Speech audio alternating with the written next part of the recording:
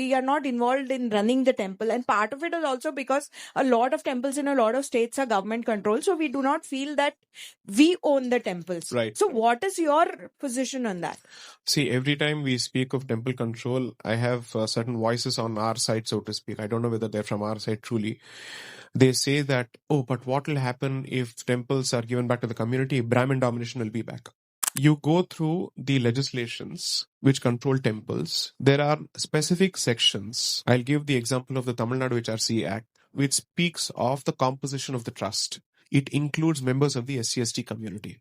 No person who has challenged these legislations in the Supreme Court has challenged these provisions, which is there are at least 4 petitions in the Supreme Court saying we have a problem only with the government exercising too much of control over the temples and the fact that the government appoints executive officers without conducting elections for appointment of the trustees. So there is one chapter that deals with government control. There is one chapter that deals with appointment of trustees. This chapter is never being implemented, whereas they constantly implement the other chapter.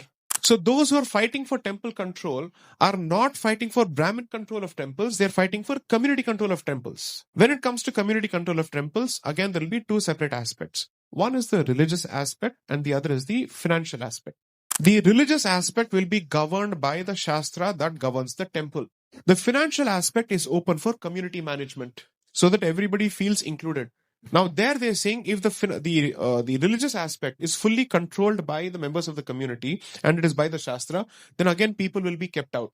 No, it can't happen for 2 reasons. Article 17 abolishes untouchability. So we are not asking for amendment of Article 17. Second, Article 25(2)(b) specifically says that entry of previously depressed classes into the temples or into places of worship will not be interfered with. That's the effective mandate of that particular provision. We are not asking for any change in that. The simple thing that you should do is to replicate those languages in the state legislation, which already it has in some legislations, and you retain the trust provision. And the only thing that you do is to cut down the power of the government significantly. This is it. That's all there is to it. When somebody says, kisko de, jisse tumne churaya, tumhe pata nahi kisko wapas dena hai. What, I mean, when somebody gives this argument, we don't know who to give it back to. What an absolutely disingenuous and dishonest argument to make, regardless of who is saying it.